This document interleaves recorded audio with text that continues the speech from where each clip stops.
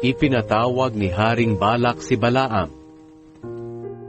Nagpatuloy sa paglalakbay ang mga Israelita hanggang sa nakarating sila sa kapatagan ng Moab at nagkampo sila sa silangan ng ilog ng Jordan sa harapan ng Jericho. Alam ni Haring Balak ng Moab na anak ni Zippor ang lahat ng ginawa ng mga Israelita sa mga Amoreo, at natakot siya at ang mga Moabita dahil sa dami ng mga Israelita. Sinabi ng mga Moabita sa mga tagapamahala ng Midian, "Uubusin talaga tayo ng mga taong ito, tulad ng baka na nanginginain ng mga damo." Kaya si Balak na anak ni Zippor, na siyang hari ng Moab ng mga panahong iyon, ay nagsugo ng mga mensahero para ipatawag si Balaam na anak ni Beor, na naninirahan sa Petor. Sa Petor, malapit sa ilog ng Euphrates, ipinanganak si Balaam. Ito ang mensahe ni Balak: "May mga taong nanggaling sa Ehipto, at masyado silang marami, at naninirahan sila malapit sa amin. Kaya pumunta ka rito, at sumpain ang mga taong ito, dahil mas makapangyarihan sila kaysa sa amin. At baka sakaling matalo ko sila, at maitaboy palayo sa aking lupain. Dahil nalalaman ko na ang sino mang isinusumpa mo ay nasusumpa." Kaya naglakbay ang mga tagapamahala ng Moab at Midian na dala ang bayad para kay Balaam. Sinabi nila sa kanya ang sinabi ni Balak, at sinabi ni Balaam sa kanila, "Dito na lang kayo matulog ngayong gabi, at sasabihin ko sa inyo bukas kung ano ang sasabihin ng Panginoon sa akin." Kaya roon natulog ang mga pinuno ng Moab.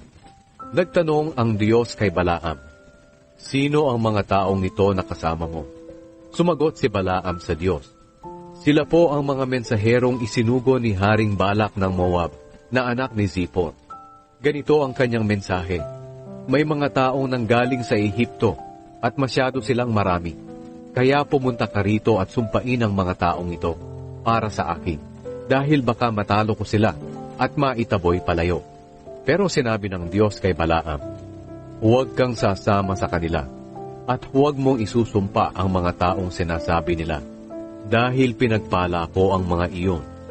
Paggising ni Balaam kinaumagahan, sinabihan niya ang mga pinuno ni Balak, "Umuwi na lang kayo sa inyong bansa, dahil hindi pumayag ang Panginoon na sumama ako sa inyo."